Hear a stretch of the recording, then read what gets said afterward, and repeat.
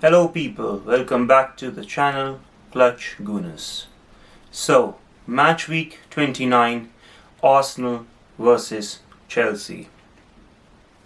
Big game and a local London derby. Now, it cannot get bigger than this. First of all, I don't know about you, but I hate Chelsea more than I hate Spurs. Because when I started following Arsenal, Chelsea was doing really well under Roman Abramovich ownership, and they basically won everything under him. Okay, and during that time, we were nowhere near to Chelsea's level. However, since Mikel Arteta took charge of Arsenal, he made one thing sure, that Chelsea, every time they face us, gets a proper beating, and I'm so happy to see that. Okay, this season alone, we have faced them on 3 different occasions, and we have 2 wins and 1 draw. Every time we have faced Chelsea, they always had few players short of their best from their best starting 11. This time, more or less, is the same situation. Chelsea will be playing without Cucurella and Fofana, and if I'm not mistaken, Estevao, which is not their regular starter, but he is still a crucial player for them, I think will be missing this game. We have home advantage, and I think it will be a battle of midfield, because if you compare the areas of the pitch where we are better than Chelsea, or probably on the same level, so forward play, I will say I will give the edge slightly to Chelsea. Midfield is almost the same. Okay, and defense, we have much stronger defense than Chelsea. So when it comes to attack, I think our attack will come up at the top when when you see Chelsea's defense. Their defense is still naive, and with Fofana in the defense next to Chalobah, they still look shaky, and now there is no Fofana and there is no Cucurella. So a massive opportunity for our forwards to do their thing. Okay, let's talk about midfield battle. Caicedo versus Rice again. It will be a good battle to see. A lot of physicality will be involved in this battle. Arsenal must ensure that they are winning their duels, and on top of that, no silly mistakes. Okay, because if we, like, the best example is our game against Spurs.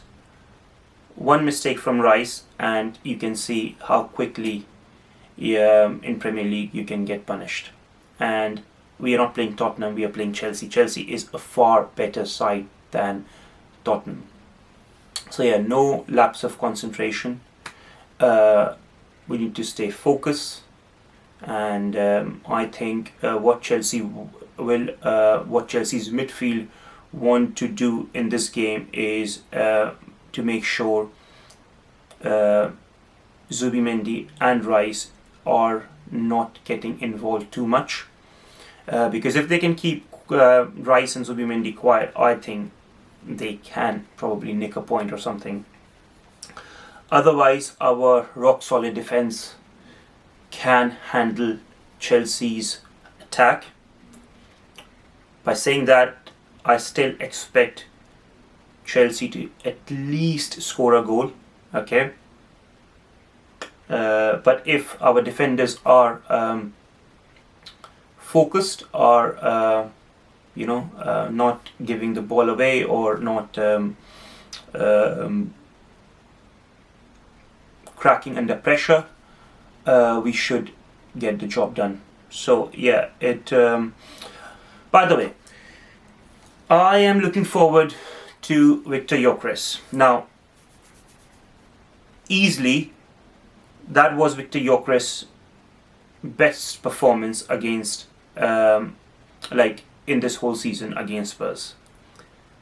One little thing that I noticed was Viktor Gyökeres wasn't left isolated.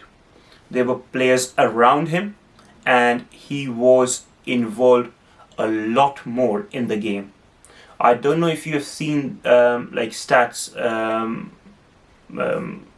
floating around about Viktor Gyökeres this season, that he had fewest touches, or few like very little game involvement in previous Premier League games. But but our last game against Spurs, Viktor Gyökeres was massive. Now, if Viktor Gyökeres can score a goal, or can play the same sort of game he had against Spurs, I think Viktor Gyökeres has finally arrived, because Chelsea overall is a better team than Spurs. Their midfield is strong. Their I will say their defense is a lot better. They have Reece James. They have Chalobah. So a lot better team. So if Viktor Gyökeres has, by the way, scored against Chelsea at the Bridge. So yeah, very crucial player for us. Saka should be happy, man, because Kukurea is not playing this game. So Saka can exploit Malo Gusto. I think he will be their left back, and Eza will be again crucial. However, what do you think? Who will start? Will it be Eza or Martin Odegaard? Yeah, so let's see. But my starting 11 will be Raya in the goal. My right back will be Christian Mosquera. I think we should just give Timber some rest. He's not the same player that we know him. So yes, Mosquera as my right back. Centre back Saliba and Gabriel. Left back will be Hincapié. I trust this man. He's been solid for us. So yes, there's no point now to make some sort of to experiment with stuff. Calafiori is a great player, but lately he hasn't been performing good. So yes, let's start Hincapié. Then the midfield trio. That's where I think I may disappoint some of you. I don't know why, but I will start Martin Odegaard with Rice and Zubimendi. I will not start Eza. That's just my opinion. I just think there is something about Martin Odegaard that brings a lot more control and calmness to the team. And yeah, Martin Odegaard for me. Right wing will be Bukayo Saka, Viktor Gyökeres, and Gabriel Martinelli. I want to bring Trossard from the bench, and there's one player that can create a difference from the bench, will be Kai Havertz. Yeah, will be a tough game. I don't expect Chelsea to play like they played against us in the second leg of Carabao Cup. They will be going into that game without any fear, without any goal deficit. So yeah, and again, it's football. You like weird things can happen. So it's very important to win this game. Every game is important. I don't have to say this again, but we must win this game. And yeah, I'm going for 3-1 to the Arsenal. Yeah, looking forward to the game. Come on, you Gunners!